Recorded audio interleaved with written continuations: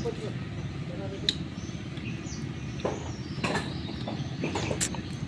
day no. Lamig day. Lamig kayo.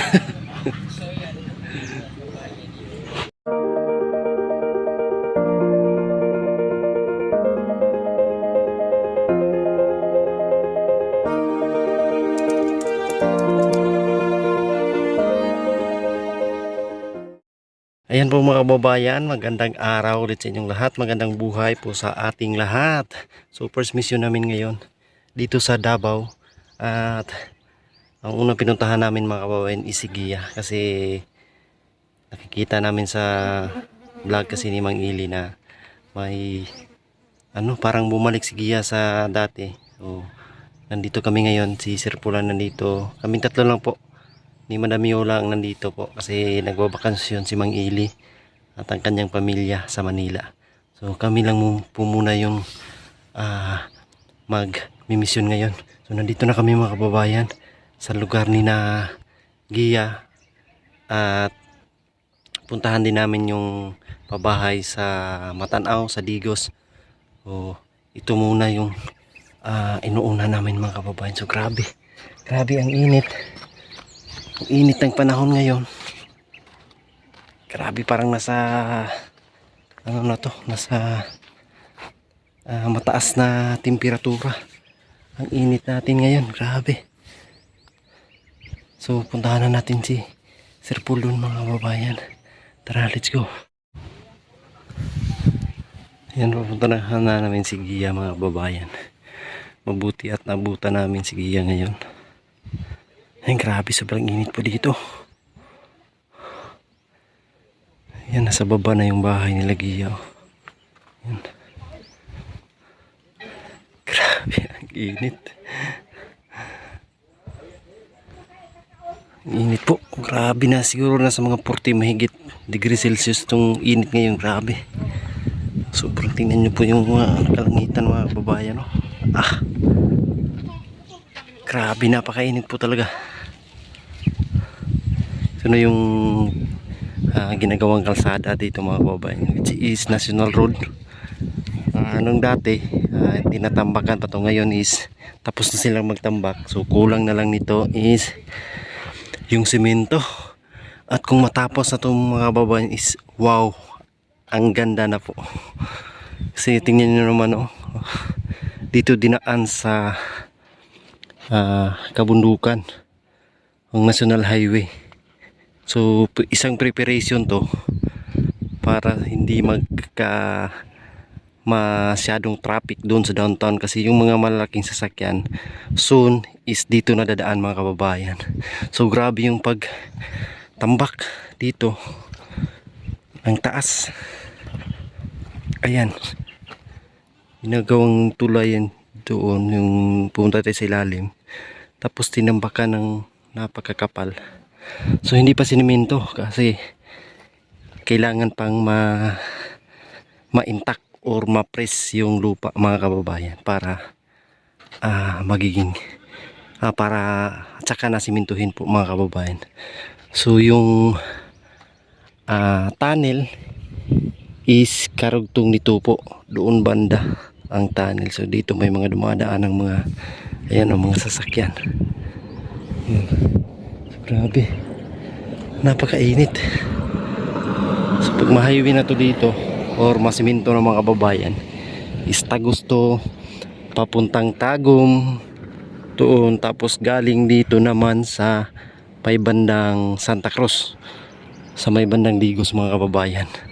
So napakataas nitong proyekto na to. So pinagpatuloy ngayon ang proyekto. Pag matapos ito is talagang napakaganda na po. Ang coastal road din ng Davao mga kababayan is continuous pa, hindi pa tapos yun. May karugtong pa, so napakataas na. At maganda na, hindi na masyadong traffic po. Ito yung paligi dito. So andun na sila Sir Paul mga kababayan, sundan natin. Yan. Ang tarik na dito. Pero yung ko talaga mga kababayan, kaya sobrang init.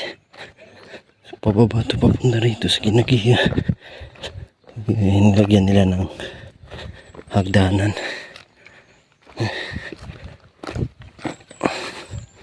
Grabe, ang init po talaga. Sana yung daanan dito. May tanim sila giya dito na saging mo.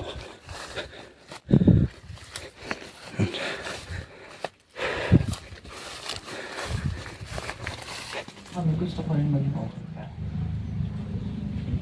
Sagot ang kunin mo, sir. Ha? Wala mo kasi may pa-insya niyo mo, sir, na gusto lang ka makatabang. So yun mga kababayan, doon sila Sir Paul shoot. So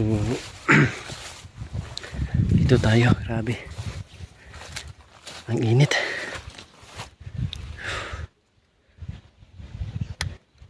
Kailangan natin magsuot ng sunglasses kahit hindi siya ano sa ating ilong. Yan.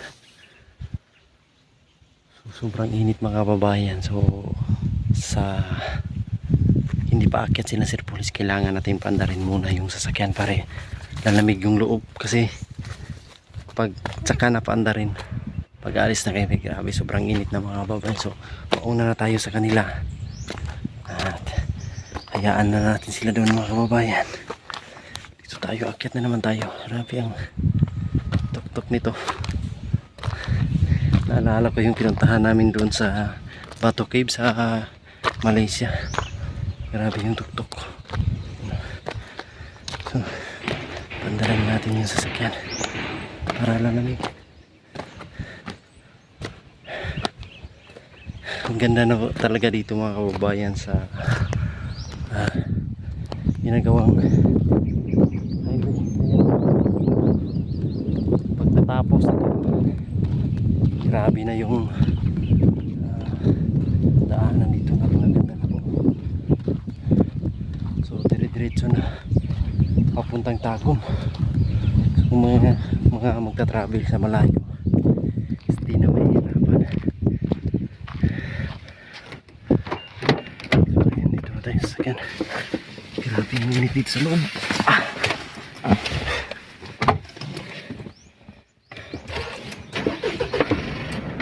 Dari natin.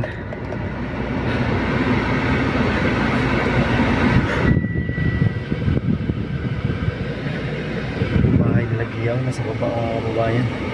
Natampakan na kasi dito.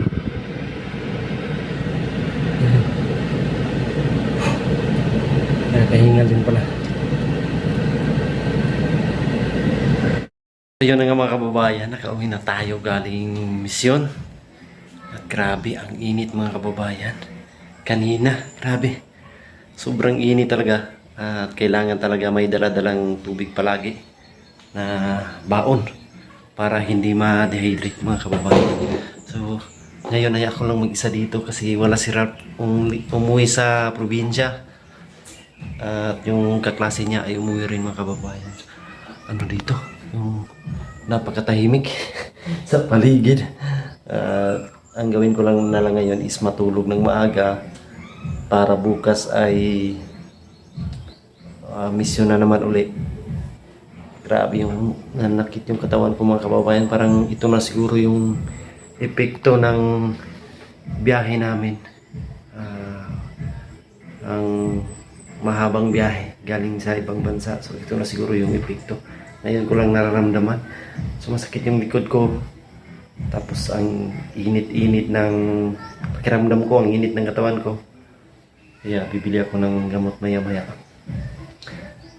Magbibili na rin tayo ng pagkain. Kasi hindi muna ako magluto ngayon.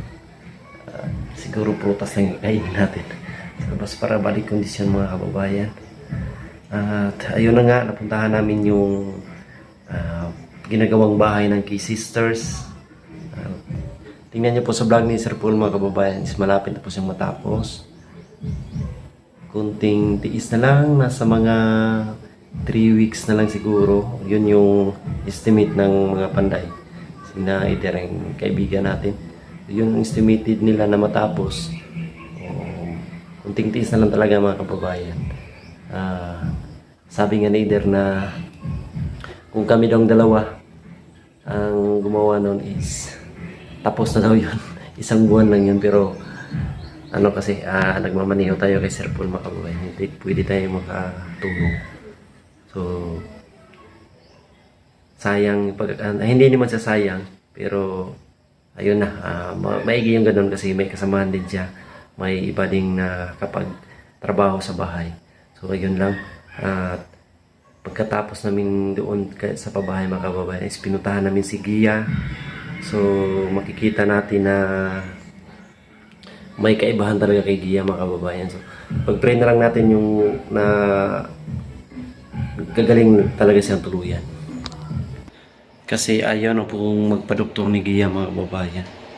Hindi na siya papayag daw na pupunta siya ng ospital. So, baga na lang natin kung anong susunod na hakbang ang gawin. Kasi nakikita naman natin din na hindi naman pinabayaan siya ng team.